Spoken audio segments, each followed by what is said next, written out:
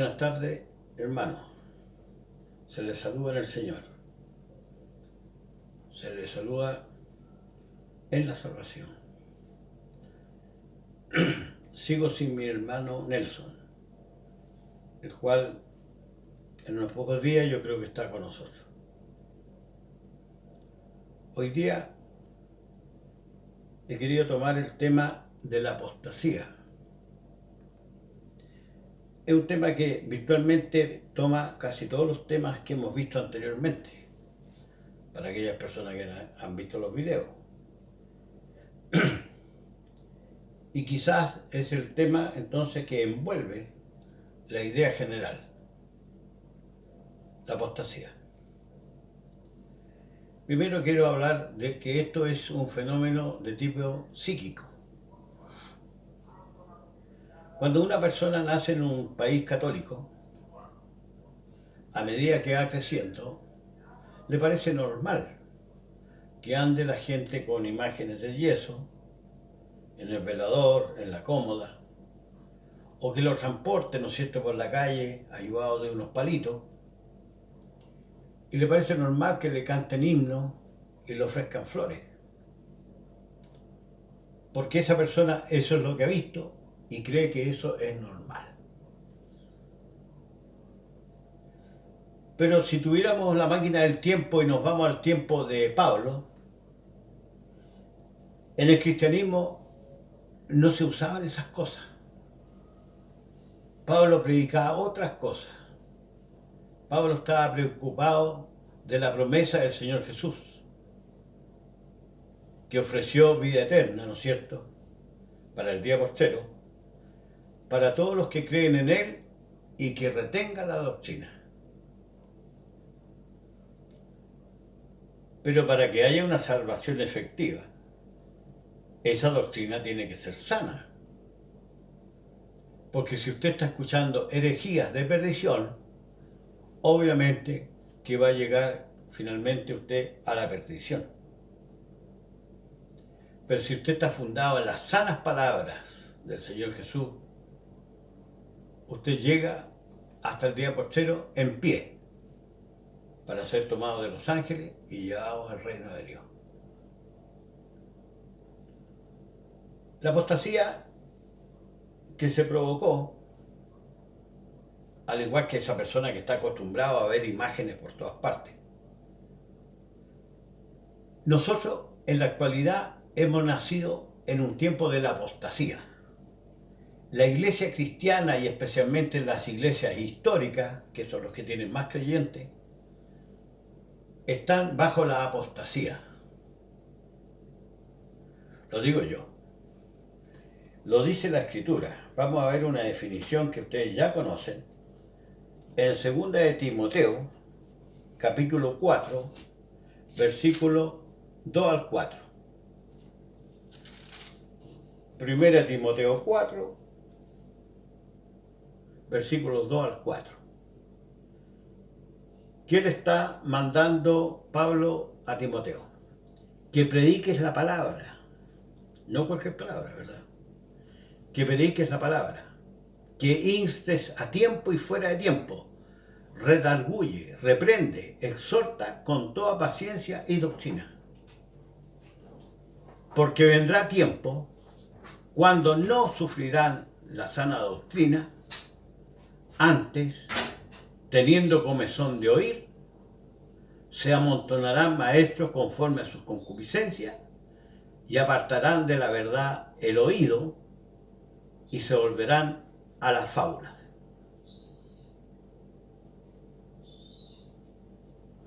Abro un pequeño paréntesis para decir que estamos a 23 de marzo del año 2021 y son las 3 de la tarde.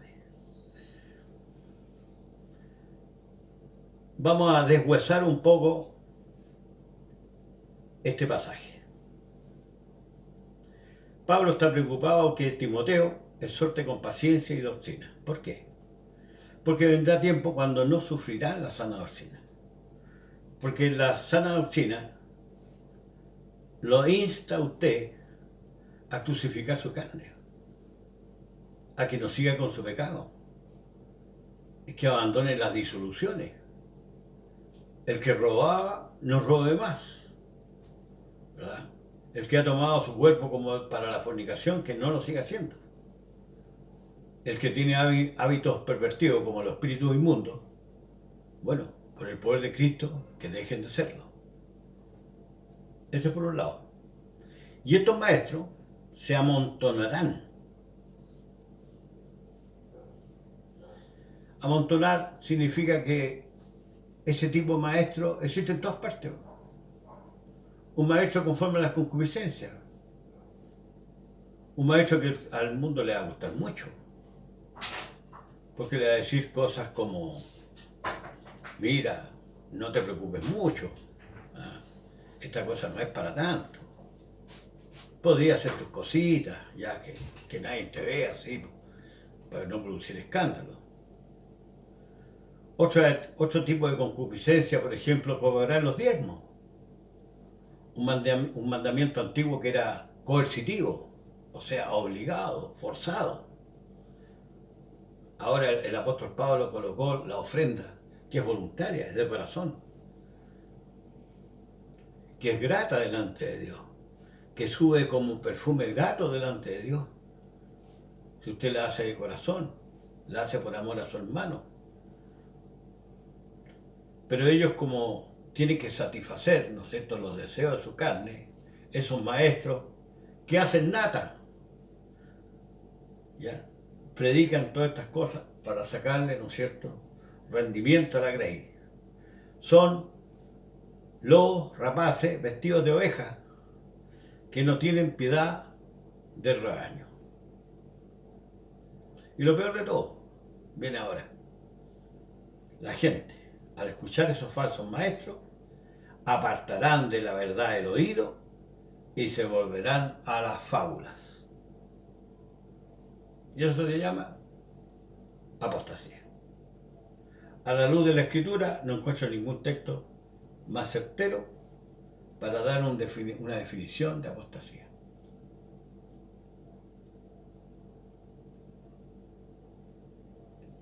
En 1 Timoteo 4, vayamos allá, hermanos, versículos 1 y 2 dice lo siguiente, el apóstol Pablo a Timoteo: pero el Espíritu dice manifiestamente que en los venideros tiempos, Pablo está en el año 50, él calcula más o menos en el año 200. Pablo va a estar muerto, pero él sabe que viene esto. En los venideros tiempos, algunos apostatarán de la fe escuchando a espíritus de error, que son los falsos maestros, los que según sus concupiscencias, ¿no es cierto?, escuchando a espíritus de error y a doctrinas de demonios. La doctrina de demonios tiene como definición creer que el demonio es algo, que tiene cierta potencia, que me puede favorecer o perjudicar, que puede alterar el curso de mi trayectoria. Falso. El único que tiene potestad es Dios. Si Dios me abre el camino, me lo allana, yo avanzo. Y si Dios me lo estorba, no puedo avanzar, como le sucedería a Balaam. Que con hipocresía hablarán mentira. Entonces son hipócritas. Y están hablando mentiras. Son cosas que Pablo no enseñó. Teniendo, dice, cauterizada la conciencia. O sea, no les importa. Ya no les duele. No les preocupa. Algunos lo hacen por dinero. Otros lo hacen por sus placeres. Y también hay otro grupito que bien conozco, que lo hacen por vanagloria. O sea, presentan una doctrina y no quieren que se les desmorone, aunque la Escritura les esté diciendo lo contrario.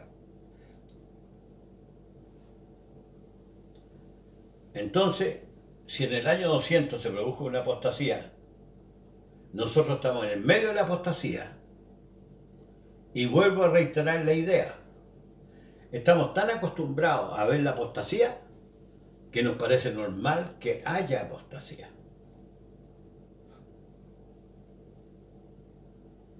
El otro pasaje donde se habla que la apostasía va a estar en todo su esplendor, en segunda de Tesalonicenses, capítulo 2,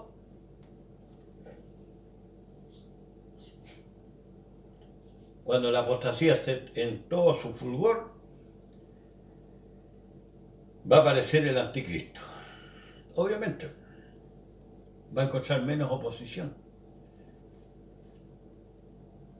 Va a encontrar a puros niñitos creyendo cositas raras. Y este, que aparecerá aquí, dice la Escritura, el apóstol Pablo, 2 Tesalonicenses capítulo 2, versículo 3, no se engañe nadie en ninguna manera, porque no vendrá Cristo, ¿verdad? No vendrá Cristo sin que venga antes la apostasía. Este periodo largo, oscuro, amplio, donde pampea la doctrina del demonio. Usted habla con cualquier creyente y al ratito le sale con el diablo. Es que Satanás me puso un problema aquí. Es que la guerra mundial la hizo el diablo. Y Santiago dice que las guerras salen de acá adentro. Yo cuando he tenido deseos de pecar, me sale de adentro el deseo. Así como usted cuando tiene deseo de tomar agua, usted tiene que ir a tomar agua. Aquí cuando le viene el deseo del pecado, el asunto se enseñorea, salvo que usted sea creyente y crucifique su carne, como le enseñó el apóstol Pablo, como le enseñó el Señor Jesús. Cada día tome su cruz, dice, y me sigue. Pero el tema de hoy día, como me corrige siempre el hermano Nelson Jara, es la apostasía, así que no lo vamos a desviar. La apostasía. Israel, cuando salió de Egipto, salió con los ídolos en su corazón. Si usted lee el capítulo 20 de Ezequiel, que es un capítulo muy interesante, se va a dar cuenta que Israel siempre fue apóstata. Siempre le gustó otro marido en Egipto, en el desierto y en la tierra de Canaán. Cuando llegaron a la tierra de Canaán, Jesurún engordó, ¿se acuerda de Deuteronomio 32?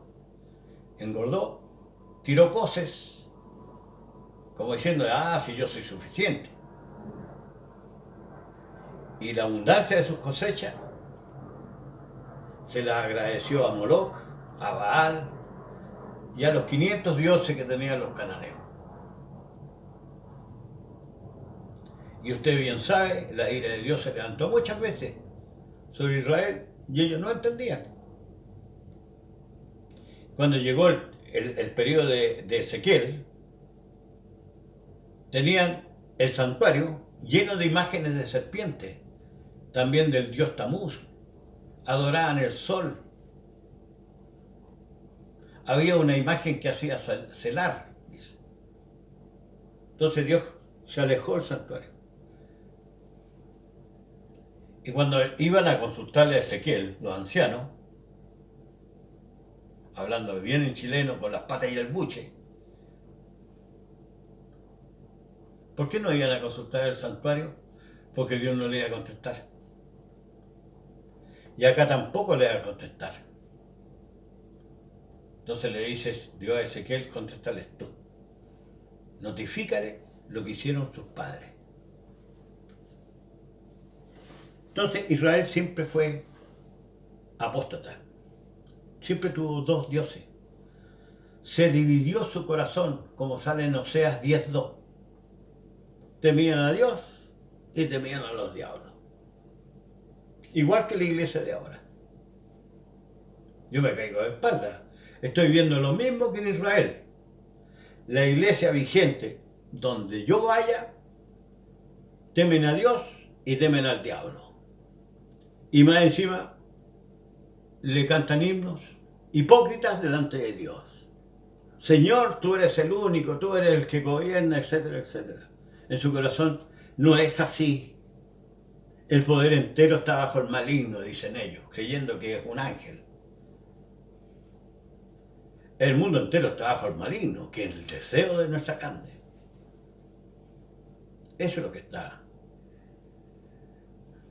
Dios colocó al mundo para que lo señoreare el hombre. El hombre el que tiene, ¿no es cierto?, es el príncipe de este siglo. El hombre es el que destruyó Cristo en la cruz. Eso lo demostramos en todos los videos anteriores. Por eso le estoy diciendo que este fenómeno de la apostasía, o este concepto de la apostasía, envuelve a todos los videos prácticamente que hemos hecho con el hermano Nelson. La apostasía, como le estaba diciendo, ha estado todo el tiempo presente en Israel. Por ejemplo, caso insólito, Salomón. ¿Qué es lo que hizo Salomón cuando llegó a viejo? Lo podríamos leer en la Escritura.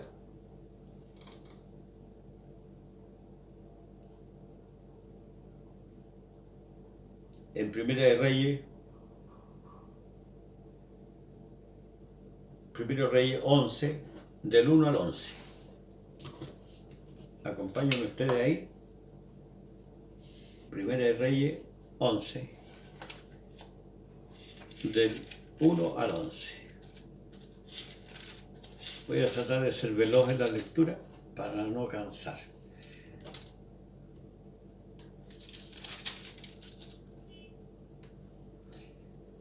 Empero el rey Salomón amó más de la hija de Faraón muchas mujeres extranjeras, a las de Moab, a las de Amón, a las de Idumea, a las de Sidón y a las eteas, gente de las cuales el Señor había dicho a los hijos de Israel: no entraréis a ellas, o sea, no tendrán relaciones sexuales con ellas, ni ellas entrarán a vosotros, porque ciertamente harán inclinar vuestros corazones tras sus dioses. A esta pues se juntó Salomón con amor. Entonces Salomón, cuando era viejo, verso 5, siguió a Astarot, diosa de los sidonios, a Milcón, abominación de los amonitas. Después, verso 7, entonces edificó Salomón un templo es plata para hacerlo, un alto a Chemos, abominación de Moab, en el monte que está enfrente de Jerusalén, lo puso frente a Jerusalén, y a Moloc. Usted sabe que Moloc demandaba la sangre del hijo que había nacido. Abominación de los hijos de Amón. Y enojóse, verso 9, y enojóse el Señor contra Salomón, por cuanto estaba su corazón desviado del Dios vivo de Israel, que le había aparecido 2 veces. O sea, Salomón se dio el lujo de que Dios, habiéndosele manifestado en una visión, ¿no es cierto?, 2 veces a Salomón, se dio el lujo volverse a los dioses de piedra, de oro, que no hablan, ni entienden, no pueden andar, como dice la Escritura. Y dijo el Señor a Salomón: por cuanto ha habido esto en ti, y no has guardado mi pacto y mis estatutos que yo te mando, romperé el reino de ti, y lo entregaré a tu siervo. ¿Cómo sería la ira de Dios? Entonces Salomón, dentro de los hijos que tenía asignado para que tomara el reino, era Roboam. Dios le entregó solamente a Roboam 2 tribus, Judá y Benjamín. Las otras 10 tribus se las entregó a un esclavo de Salomón, el Señor, que se llamaba Jeroboam. Este Jeroboam hizo, como ustedes bien saben, en Segunda de Crónicas, capítulo 11,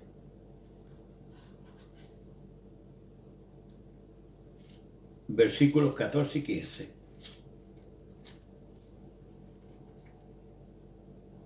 ¿Qué pasó? Como esta guerra civil, ¿no es cierto?, de la separación de 2 tribus por un lado y 10 tribus por el otro. Como el templo estaba en Judá, los sacerdotes que vivían en los territorios de las otras 10 tribus se fueron a Jerusalén, emigraron.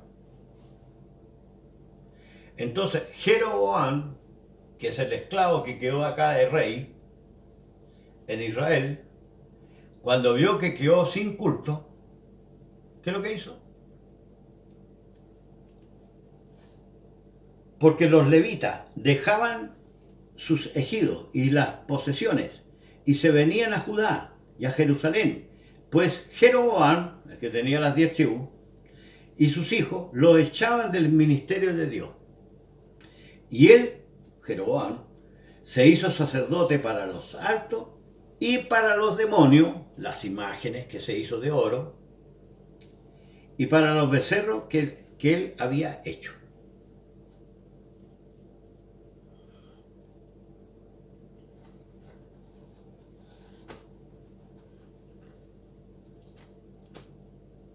En el libro de Reyes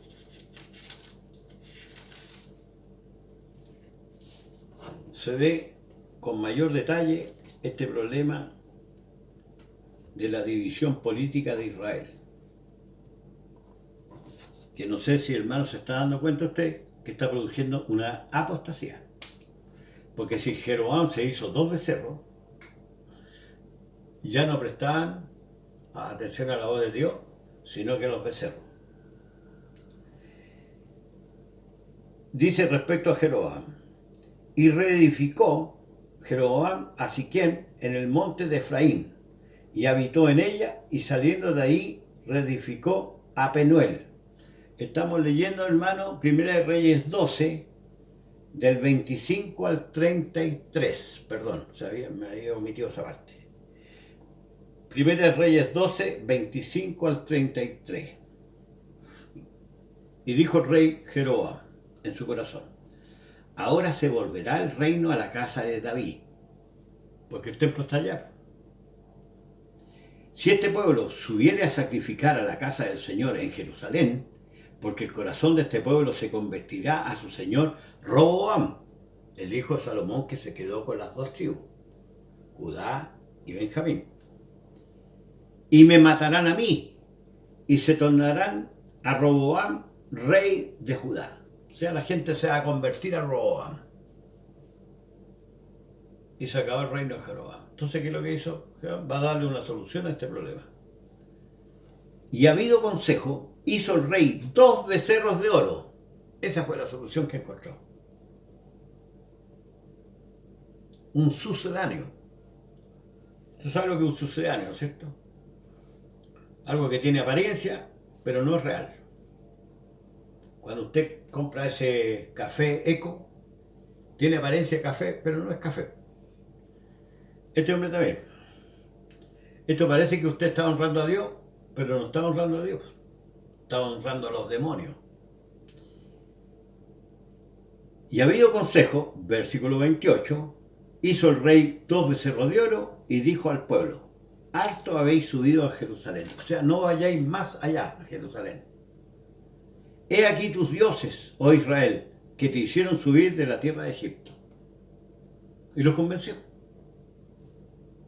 A lo mejor no los convenció el primer día, pero con el tiempo el pueblo se acostumbró y fue y ofrecía a los becerros de oro.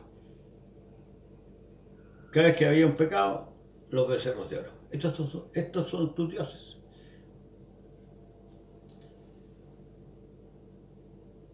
Y estos 2 becerros de oro, dice, uno lo puso en Betel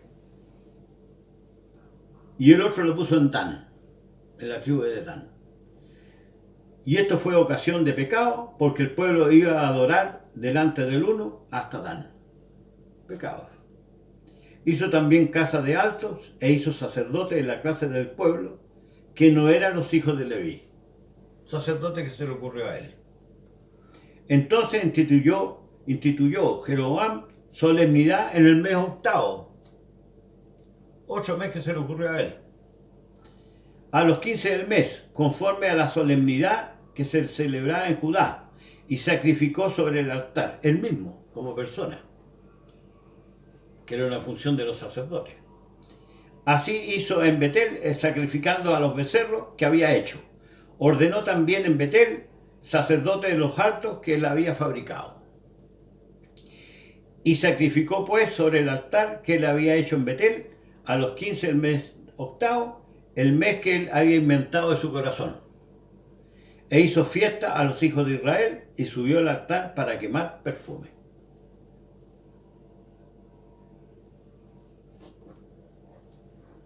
En Israel, una vez que se hizo esta separación o guerra civil, hubieron 16 reyes en Israel y después Dios los quitó a través de los asirios. Dentro de los 16 reyes está Acab, en cuyo reinado apareció el profeta Elías. ¿Por qué Dios suscitó al profeta Elías en tiempo de Acab? Como se dice en jerga popular, porque reventó la papa caliente. El rey Acab se casó con Jezabel, que era reina de los sidonios. O sea, esta señora llegó con más monitos de oro para acá. Y Acab era manejado por Jezabel.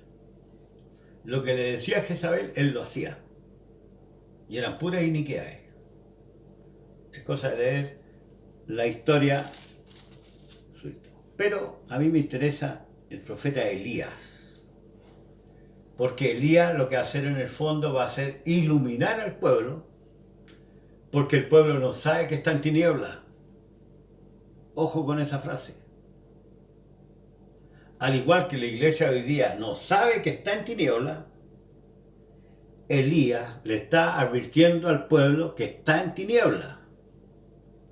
Entonces, si tomamos de Primera de Reyes, capítulo 17, de ahí se comienza a manifestar el profeta Elías. Y para que le crean de que Dios lo haya mandado a él como profeta, en Primera de Reyes 17:1 dice lo siguiente Elías. Se lo dijo a Acab y al rey. Vive el Señor Dios de Israel, delante del cual estoy, que no habrá lluvia ni rocío en estos años, sino por mi palabra.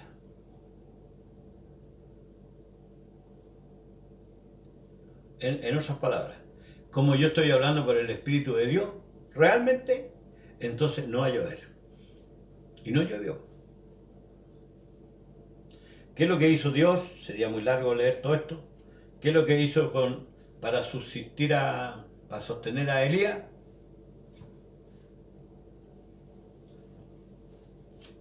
Lo mandó a un arroyo, de ahí tomaba agua, y venían unos cuervos y lo alimentaban con carne.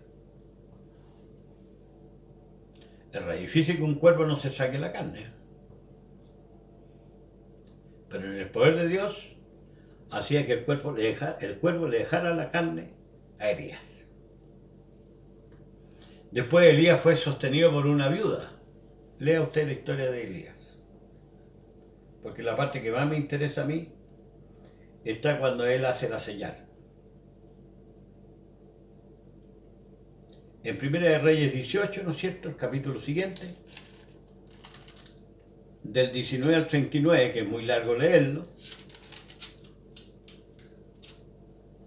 aparece, ¿no es cierto?, Elías en un lado, solo, y 450 profetas en el otro lado. ¿Por qué esto es así? Porque Israel está en tal apostasía, semejante a la de hoy, está en tal apostasía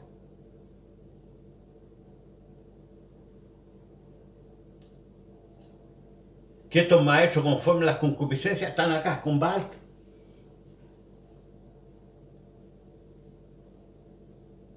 Entonces Elías le hace una proposición.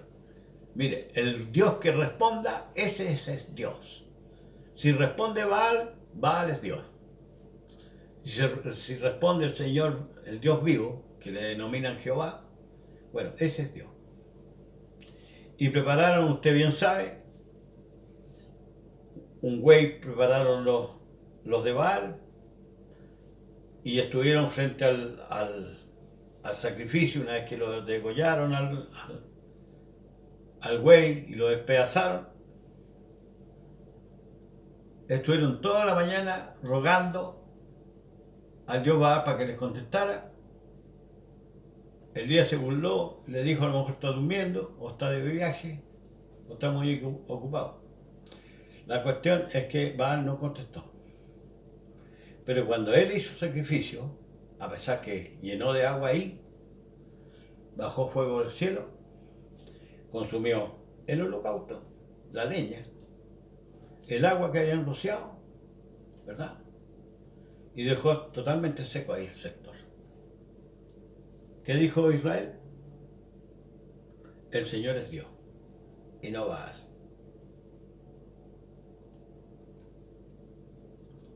¿Qué quiere decir? Que el pueblo llega en un momento en que, durmiéndose los hombres, como dice la parábola de la cizaña, se adormecen los hombres, no se dan cuenta que están en apostasía, no se dan cuenta. Nosotros con el hermano Nelson, no sé ya cómo se lo tenemos que decir, no se dan cuenta. Tienen doctrina de demonios. Estamos inventando nosotros que hay doctrina de demonios. Le dijo el apóstol Pablo: hay doctrina de demonios. Que esto lo hizo Satanás. No entienden la escritura. Cuando dice las profundidades de Satanás, son los hermanos que entraron encubiertamente en la iglesia, que practicaban todas sus cositas allá adentro. Siguieron sus disoluciones. Trataban de endeudar a toda la iglesia. Esas son las profundidades de Satanás. Esa es la silla de Satanás, porque ahí están gobernando ellos. Ellos prácticamente. Dice Cristo, los amenaza, le dice: voy a sacar el candelabro o candelero, voy a sacarlo de su lugar. Hoy día estamos en la apostasía. Ahora bien, la apostasía se detecta en el libro de Apocalipsis, en el capítulo 10. ¿Se acuerda, hermano, que lo leíamos esa vez? Capítulo 10. Y vi otro ángel fuerte descender del cielo, cercado de una nube, y el arco celeste sobre su cabeza, y su rostro era como el sol, y sus pies como columna de fuego. Y tenía en su mano un librito abierto, y puso el pie derecho sobre el mar y el izquierdo sobre la tierra. Yo pienso que el Señor Jesús, porque tiene dominio sobre todas las cosas que Dios le dio. Y clamó con gran voz, como cuando un león ruge, y cuando hubo clamado, 7 truenos hablaron sus voces.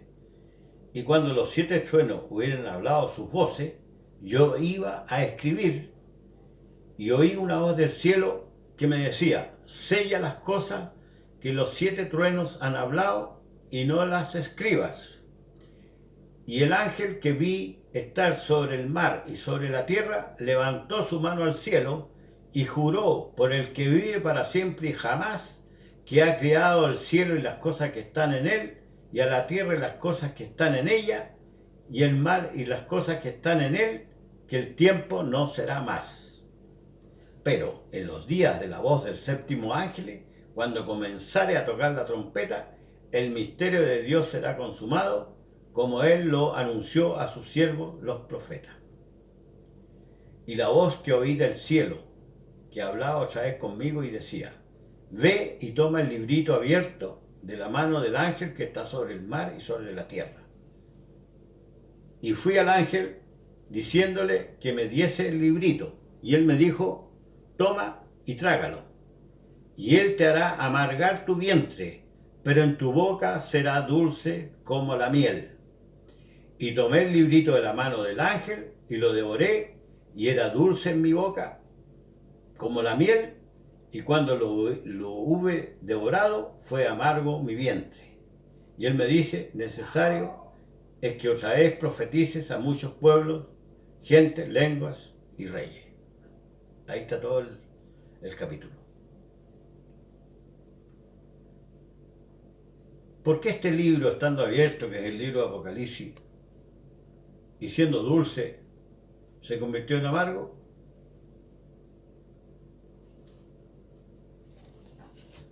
Aquí está la explicación. La apostasía. Diluyeron el evangelio, lo convirtieron en otra cosa.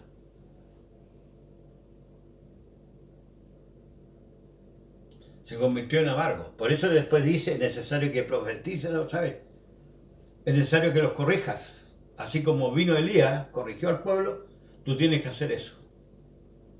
Y para ello Dios envía 2 testigos que están en el capítulo 11 para hacer esta operación. Esta operación que hacen los 2 testigos está hecha de la siguiente forma. Capítulo 11. Y me fue dada una caña semejante a una vara, y se me dijo, levántate y mide el templo de Dios y el altar, y a los que adoran en él. Hay un problema.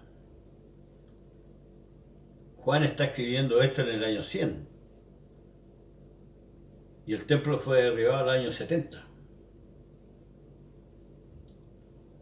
Entonces el templo que está midiendo Juan es la iglesia. Mide la iglesia. Ve lo que están consumiendo. Se les amargó el librito. Están con otra cosa. Están con la doctrina de demonios.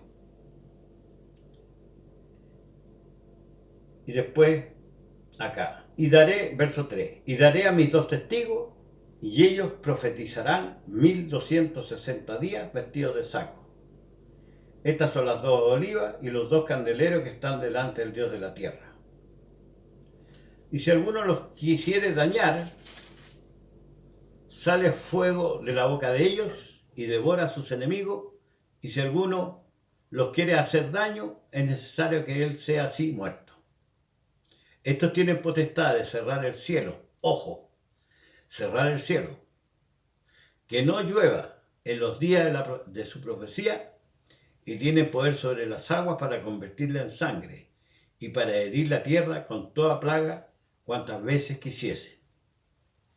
Y cuando ellos hubieren acabado su testimonio, la bestia que sube del abismo hará guerra contra ellos, los vencerá y los matará. O sea, estos testigos se van a encontrar con el anticristo en el fin del mundo. ¿Pero qué están haciendo los testigos? Están corrigiendo la predicación, están profetizando de nuevo. Es necesario que vuelvas a profetizar.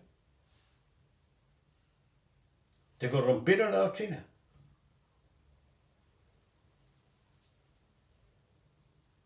Pero la gente lo resiste. ¿Por qué le resiste la gente? Porque ellos están muy reposados con las doctrinas conforme a las concupiscencias. No los quiere que los molesten. Ellos están acostumbrados a echarle la culpa al diablo, por ejemplo. Cada vez que pecan, le echan la culpa al diablo y quedan tranquilos. Van a donde el curita, mire, acá me pegué un refalón y me junté con esta niña y finalmente, ya, Dios Padre nuestro. Pero ¿qué te dijo el Señor Jesús? Tome su cruz, niéguese a sí mismo, sígame. Modificaron todo esto en una cosa amarga que no produce salvación, produce perdición. Lo digo yo. Vamos a la apóstol Pedro,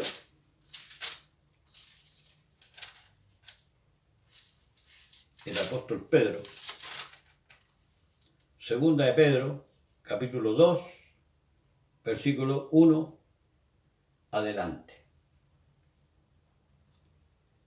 Pero hubo también falsos profetas en el pueblo, como habrá entre vosotros falsos doctores, que introducirán encubiertamente herejía de perdición, doctrina de demonio.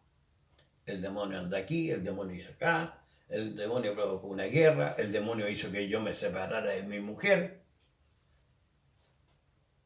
La persona nunca es culpable, siempre es el demonio. La serpiente me engañó, la mujer que me diste. O sea, lo mismo del principio, el hombre animal justificándose con su propio sistema que a él le parece más fácil o menos doloroso, digamos así. Introducirán encubiertamente herejías de perdición, o sea, haciéndose los lecitos con vestuario de oveja, pero son lobos, rapaces. Y van a introducir toda esta herejía. Y la persona cree que está siendo justificado. Y no confiesa el pecado contra sí mismo porque él sabe que es una víctima. El que me engañó fue el diablo, pero yo soy una víctima. Como él es mayor en potencia, imagínense, yo tengo que obedecerle nomás. No sé si me está entendiendo, hermano, porque en este minuto estoy sin mi hermano Nelson Jara. Y negarán al Señor que los rescató, atrayendo sobre sí mismo perdición acelerada. Y muchos seguirán sus disoluciones. ¿Ves? ¿No decía el Señor Jesús que tome su cruz y me siga? No, aquí van a seguir las disoluciones. Si no importa, viejito. No importa. Lo solucionáis tú, vayan del curita, 10 Padres Nuestros y listo. Y estamos listos para la otra. Perdona que sea tan grosero. A mí me gusta hablar en castellano. Y muchos seguirán sus disoluciones, por los cuales el camino de la verdad será blasfemado. Sí, pues la gente dice, bueno, mira ese que se dice cristiano, mira lo que está haciendo. Y por avaricia harán mercadería de vosotros con palabras fingidas. Estos son los que toman los diezmos, viven en tremendas mansiones, tienen tremendos autos, cuentas corrientes de 5.000 millones de pesos, mientras los hermanitos ahí a medio morir saltando con un plato de arroz.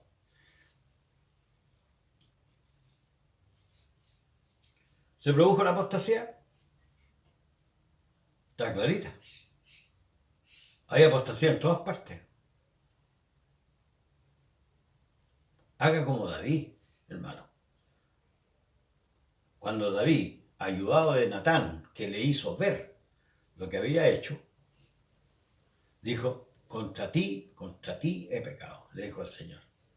Solo he pecado, solo. Me salió de mi deseo interior, yo lo hice. No me dieron la idea, ni tampoco me asusaron.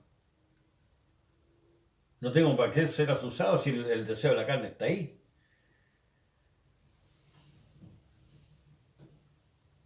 La apostasía. El mundo entero está en apostasía. Es necesario volver a profetizar. Yo creo que Dios está levantando a los dos testigos para enderezar esto. Esto está chueco. Lo viraron. Por eso que necesitamos un Elías, alguien que venga y nos demuestre que el Señor es Dios, no Baal.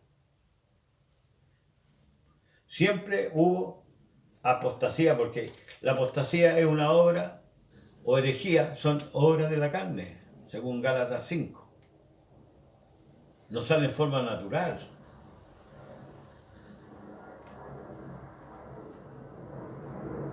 Bueno, los temas que hemos presentado con anterioridad con mi hermano Nelson Jara, casi todos pertenecen a la apostasía. El diablo, Satanás, el dragón, los espíritus de error, la doctrina de demonio. Todos esos temas confluyen a lo mismo.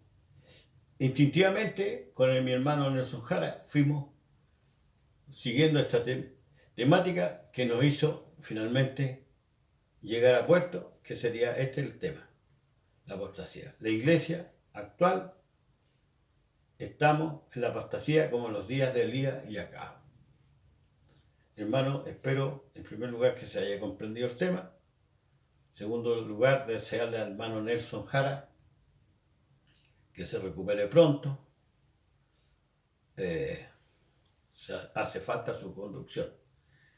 Y un saludo a todos los hermanos y que Dios les bendiga en lo alto. El próximo tema no sabría decirlo con precisión, pero vamos a ir afiatando las ideas ya expuestas con anterioridad. Yo creo que el tema del diablo le podemos hacer una buena apretadita con la mente que tenemos hoy día. Que Dios les bendiga en lo alto.